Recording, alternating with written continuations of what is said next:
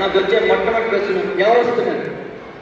ఎవరు వస్తున్నారంటే ఏమిటంటే టీమాస్ కల్చరల్ ఆర్గనైజేషను ఇక్కడ మన పిల్లలు కష్టపడి డ్యాన్స్ మ్యూజిక్ ఎంతో నేర్చుకుంటున్నారు. డ్యాన్స్ ప్రోగ్రామ్స్ మ్యూజిక్ ప్రోగ్రామ్స్ అవన్నీ చూడటానికి రండి అంటే అలాగే సినిమా యాక్టర్లు ఎవరు వస్తున్నారు? సో ఎప్పుడో ఒక 10 years బ్యాక్ నేను ఐటీ చైర్గా ఉన్నప్పుడు రసిక శ్యామల గారని ఆవిడ చెప్పారు నాకు, ఏమంటే మీరు లోకల్ టాలెంట్ని ఎందుకు ఎంటర్టైన్ చేయరండి. అది నాకు మనసులో బాగా నిండిపోయింది.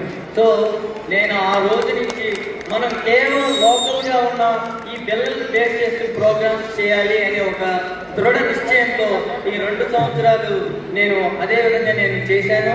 చాలా మంది అనేవాళ్ళు ఎవరు రాకపోతే ఎవరు రారండి అని, సినిమా యాక్టర్లు రాకపోతే ఎవరు రారండి అనేవాళ్ళు. కానీ మేము 2 సంవత్సరాల్లో సినిమా యాక్టర్స్ పెద్ద పెద్ద వాళ్ళు ఎవరిని తీసుకురాకుండానే మేము ఈవెంట్లు చేసి సక్సెస్ చేసాము. ఈరోజు ఏ సినిమా యాక్టర్లు ఉన్నారని ఎంతమంది వచ్చారని నేను మిమ్మల్ని అందరినీ ప్రశ్నిస్తున్నాను. తర్వాత ఇంకా ఒక కొత్తదనం తీసుకురావాలి అనుకున్నాం. సరే, ఆ కొత్తదనం ఏంటంటే కల్చరల్ ఆర్గనైజేషన్ కాదు, ఇంకా బియాండ్ ఇంకా ఏమన్నా చేయాలి అని చెప్పి దానిలో భాగంగా ఏమంటే మొట్టమొదటిసారిగా చాలా ఈవెంట్స్ చేసాం. రోబోటిక్స్ ఎక్స్పో అని చెప్పి పిల్లల్ని ఆ ఫీల్డ్ ఎంటర్టైన్ చేసాం. తర్వాత లైవ్ రాకెట్ డిమాన్స్ట్రేషన్ చేసాం, కైట్ ఫెస్టివల్ చేసాము, తర్వాత మ్యాట్రిమోనియల్ ఫస్ట్ టైం ఇక్కడ చేసాము.